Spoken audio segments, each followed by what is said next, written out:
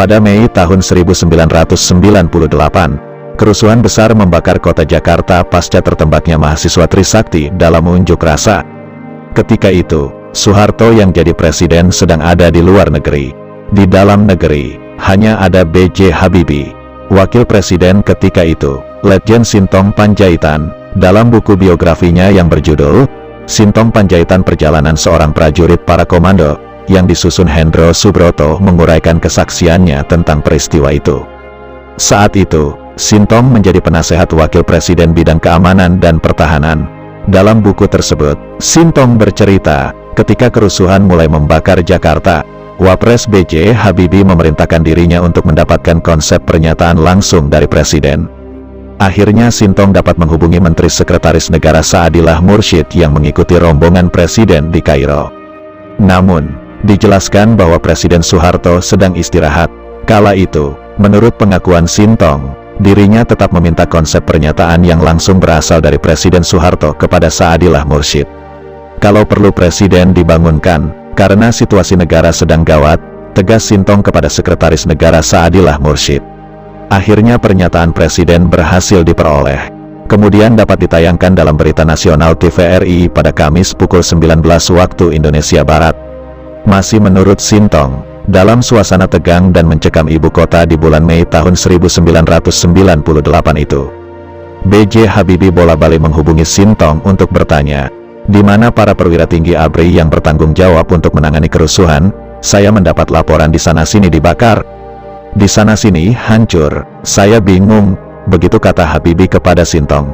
Sebagai penasihat bidang Hankam, Sintong pun berusaha menghubungi para jenderal. Tetapi dia kesulitan, karena hampir semua perwira tinggi teras ABRI sedang tidak berada di Jakarta. Saat itu, pada tanggal 14 Mei tahun 1998 Menteri Hankam merangkap Panglima ABRI Jenderal TNI Wiranto tetap berangkat ke Malang, Jawa Timur untuk bertindak sebagai inspektur upacara dalam serah terima tanggung jawab PPRC atau Pasukan Pemukul Reaksi Cepat ABRI dari Divisi 1 kepada Divisi 2 Komando Strategi dan Cadangan TNI Angkatan Darat, Kostrad.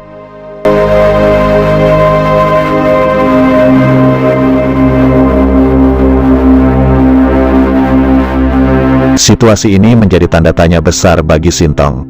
Menurut dia, alangkah tidak masuk akal, mengapa sebagian besar pimpinan ABRI pada waktu itu berada di Malang, kalau mereka tahu akan terjadi kerusuhan yang begitu dahsyat, tetapi memutuskan tetap pergi ke Malang.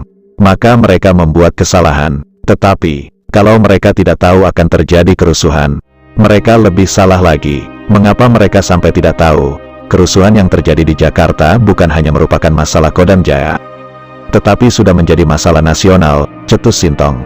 Kemudian pada dini hari Jumat, tanggal 15 Mei, Presiden Soeharto yang mempercepat kunjungannya di Kairo tiba kembali di Jakarta. Pada pukul 10 waktu Indonesia Barat, Soeharto mengumpulkan para pembantunya yang terdiri atas wakil presiden, para menteri, Panglima ABRI, dan para kepala staf angkatan, serta Panglima Kodam Jaya, untuk mengetahui peristiwa Mei dan perkembangan keamanan. Keesokan harinya atau tanggal 16 Mei pukul 8, Soeharto memanggil Panglima ABRI Jenderal TNI Wiranto, KSAD Jenderal TNI Subagio HS, dan Menteri Sekretaris Negara Saadillah Mursyid ke kediaman Presiden di Jalan Cendana. Kemudian mereka mendapat instruksi untuk membentuk semacam Komando Pemulihan Keamanan dan Ketertiban, Kopkamtib. Melihat perkembangan ini, Sintong menilai Soeharto sebagai seorang tentara melihat bahwa tekanan yang sedemikian kuat, gejala-gejala yang timbul akan dapat menyebabkan dirinya jatuh. Sejarah pun mencatat, Soeharto akhirnya lengser. Dia menyatakan mundur dari jabatannya sebagai presiden pada tanggal 21 Mei tahun 1998.